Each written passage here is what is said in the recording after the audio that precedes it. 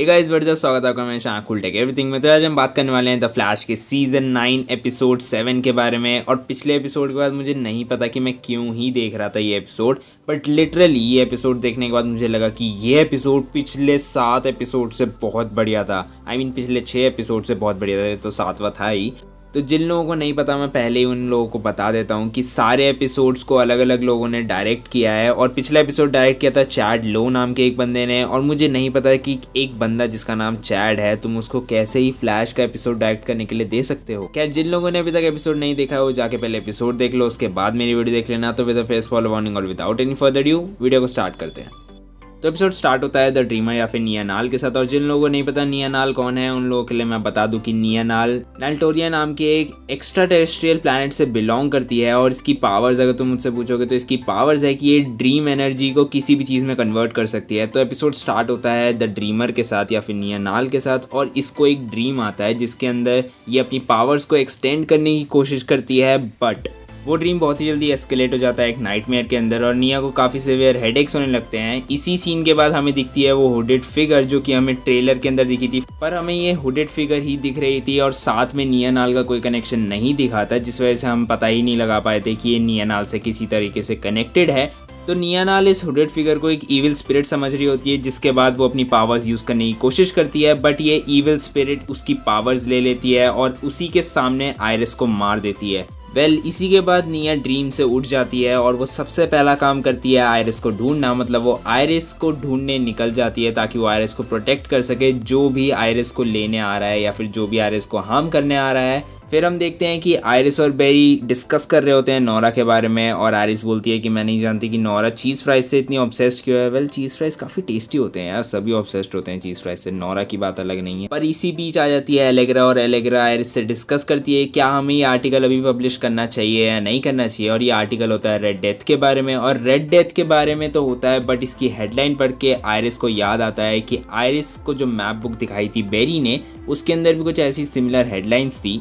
और उसको इमीडिएटली याद आता है कि उसी हेडलाइंस के बाद उसको एक पुलित्जर अवार्ड मिला था। एंड उसी अवार्ड के बाद उसकी जर्नलिज्म में जो करियर है वो नेक्स्ट हाइट्स पे पहुंच गया था। बट यहीं पे निया आ जाती है और निया और आयरिस दोनों ड्रीम सीक्वेंस में फंस जाते हैं उसी हुडेड कैरेक्टर की वजह से, जो निया को पहले दिख रही थी। मतलब जो निया को लग रहा है कि ईविल स्पिरिट है और निया की पावर्स भी उसने ले ली है, तो निया के पास उसकी पावर्स नहीं है। और एग्जैक्टली यही चीज़ निया बताने आती है आयरिस को, और आयरिस को अपने ड्रीम के बारे में बताती है, जहाँ पर वो बोलती है कि ये हुडेड फिगर एक ईविल स्पिरिट है और इसने मेरी पावर्स छीन ली है, जिस वजह से मेरी पावर्स काफ़ी लो चल रही हैं। मैं चाहती थी अपनी पावर्स को नेक्स्ट हाइट्स पे पहुंचाना, नेक्स्ट लेवल पे ले जाना, बट मेरी पावर्स तो और कम हो गई हैं, जिस वजह से मैं तुम्हारे पास आई हूँ, क्योंकि मुझे लगता है कि वो ड्रीम तुमसे कनेक्टेड था। उनकी बात पूरी होने से पहले ही वो सस्ती जादू आ जाती है और वो सस्ती जादू उन दोनों को ही आयरिस के ड्रीम में फंसा देती है, जहाँ पर आयरिस एक पुलिस ऑफिसर है। मोर ओवर आयरिस सिर्फ एक पुलिस ऑफिसर नहीं है, वो कैप्टन वेस्ट एलन है। मतलब अपने फादर के बाद वो कैप्टन बनी है, जहाँ पर क्रिस्टियन क्रेमर कैप्टन बननी थी, बट इस ड्रीम के अंदर आयरिस वेस्ट एलन ही कैप्टन वेस्ट एलन है। और यहीं पे आयरिस के ड्रीम में हमें दिखता है कि आयरिस का हमेशा से ड्रीम था कि वो एक पुलिस ऑफिसर बने। और यही चीज़ हमने देखी थी सीजन 2 के अंदर, जहाँ पर अर्थ 2 पे आयरिस सही में पुलिस ऑफिसर थी और कैप्टन थी, मतलब पुलिस ऑफिसर नहीं, कैप्टन वेस्ट थी। यहीं पे निया उसे समझाती है कि जो हम ड्रीम्स में देख रहे हैं वो सच बिल्कुल नहीं है, ये सारी चीज़ें एक एस्केलेशन है ताकि हम अपने पाथ से हट जाएं, मतलब अपने पाथ से थोड़ा सा भटक जाएं और रियल वर्ल्ड में कभी वापस नहीं जा पाए, जहाँ पर उन्हें एक गेट दिखता है। और आयरिस कहती है कि इस गेट में अगर हम गए तो हमारे साथ क्या होगा। निया कहती है एक ही तरीका है इस गेट में जाके पता लगाने का। और वो जैसे ही गेट में जाते हैं उनका प्रोफेशन चेंज हो जाता है, वो सीसी जिटर्स के वर्कर्स बन जाते हैं। आयरिस मैनेजर बन जाती है और निया सीसी जिटर्स की ड्रेस में बहुत ज़्यादा क्यूट लग रही थी। ये चीज़ मैंने 2-3 बार रिवाइंड करके तो देखी थी, और अगर तुम भी देख लो तो काफ़ी ज़्यादा अच्छा रहेगा, क्योंकि निया इस एपिसोड में ओवरऑल काफ़ी ज़्यादा क्यूट लग रही थी।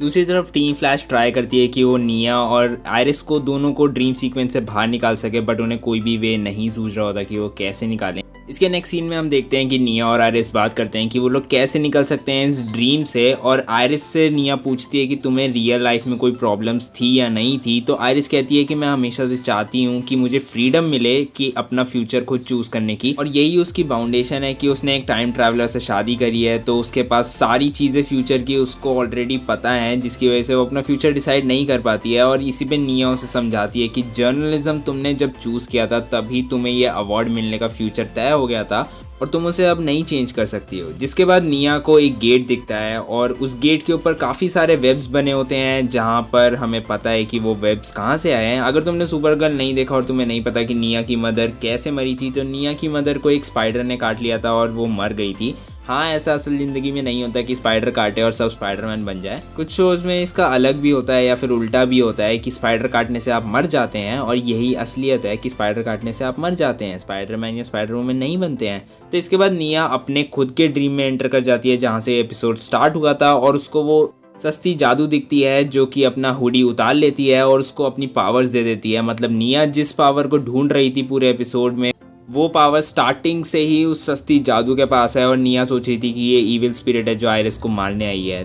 इसी के बाद हमें पता लगता है कि वो सस्ती जादू और कोई नहीं बल्कि फर्स्ट नाल्टोरियन थी, जिसको ड्रीमर की पावर्स मिली थी, और अब उसने अपनी पावर्स ट्रांसफ़र कर दी है निया को, और निया को कुछ नहीं करना था, बस अपना कंट्रोल छोड़ना था। उसकी पावर्स काफ़ी टाइम से ठीक से काम नहीं कर रही थी, तो उसको ये एक्सेप्ट करना था कि उसकी पावर्स अभी इतनी लेवल पे नहीं है कि वो और ज़्यादा पावर्स को हैंडल कर पाए, तो इसीलिए उसको ये चीज़ एक्सेप्ट करने में टाइम लगा। जिसके बाद हम नेक्स्ट देखते हैं कि निया डिस्कस करती है जो ड्रीम सीक्वेंस में उनके साथ हुआ, और बेरी को बताती है कि आयरिस अब टोटली सेफ है और वो वहाँ से चली जाती है वापस नेशनल सिटी। इसके बाद हम देखते हैं कि टीम फ्लैश ब्रेकफास्ट कर रही होती है, सब के सब मिलके ब्रेकफास्ट कर रहे होते हैं, बट मार्क वहाँ पे नहीं होता है क्योंकि मार्क ने एक बहुत ही बड़ी गलती करी थी एपिसोड में, और वो तुम जब एपिसोड देखोगे तुम्हें पता लग जाएगा। और इसी चीज़ के लिए मार्क क्यून से अपोलोजाइज़ करने आता है, और वो कहता है कि मैंने तुम्हें फ्रॉस्ट समझ के काफ़ी बड़ी गलती कर दी, मैं तुम्हें फ्रॉस्ट की तरह ट्रीट करता हूँ, बट मुझे काफ़ी अफसोस है इस चीज़ का कि मैंने तुम्हें फ्रॉस्ट की तरह ट्रीट किया और तुम्हें वैसे ट्रीट नहीं किया जैसी तुम हो, लाइक खियोन की तरह तुम्हें कभी रिकग्नाइज ही नहीं किया। जिसके बाद खियोन उसे फॉरगिव कर देती है और मार्क वहाँ से चला जाता है, ये बोल के कि मुझे काफ़ी चीज़ें प्रोसेस करनी है और ये चीज़ें मुझे अकेले ही करनी होगी। और मार्क मेरे ख्याल से अब शायद हमें शो में नहीं दिखने वाला है, क्योंकि ये मार्क का फाइनल एग्जिट था। और अंदर आके हमें पता लगता है कि खियोन की पावर्स कनेक्टेड हैं उसके इमोशन से, लाइक जब भी उसका इमोशनल स्टेट ख़राब होता है या फिर अच्छा होता है, तब उसकी पावर्स उसके साथ वर्क करने लगती है और उसके साथ कोऑर्डिनेट करने लगती है, जो कि एक काफ़ी अच्छा तरीका था खियोन की पावर्स को शो करने का। और फाइनली यहीं पे एपिसोड एंड हो जाता है। अगर मैं अपने फाइनल रिव्यूज़ बताऊं इस एपिसोड को लेके, तो सीरियसली ये पिछले 6 एपिसोड्स में से सबसे बेस्ट एपिसोड था, जबकि इस एपिसोड के अंदर कोई मेजर विलन भी नहीं था। पिछले एपिसोड्स के अंदर रेड डेथ काफ़ी मेजर विलन रह चुकी है, बट फिर भी वो फीलिंग नहीं आ रही थी जो फ्लैश में आनी चाहिए। बट इस एपिसोड के अंदर वो फीलिंग भी थी, वो पहले वाले VFX भी थे, वो ग्राफिक्स, वो सब कुछ था जो हमें पता नहीं पिछले कितने सीजन से देखने को नहीं मिल रहा था। मैं अपने रिव्यूज़ बता रहा हूँ, मुझे नहीं पता तुम्हें ये एपिसोड कैसा लगा। With that being said, video को यहीं पे रैप अप करेंगे। तुम्हें ये एपिसोड कैसा लगा मुझे कमेंट सेक्शन में ज़रूर बता देना कि अच्छा लगा, बुरा लगा, जैसा भी लगा हो। मैं मिलता हूँ अपनी नेक्स्ट वीडियो में। अगर वीडियो अच्छी लगी हो तो प्लीज़ लाइक भी कर देना, चैनल को सब्सक्राइब करे बिना कहीं मत जाना। This cool take everything and peace out.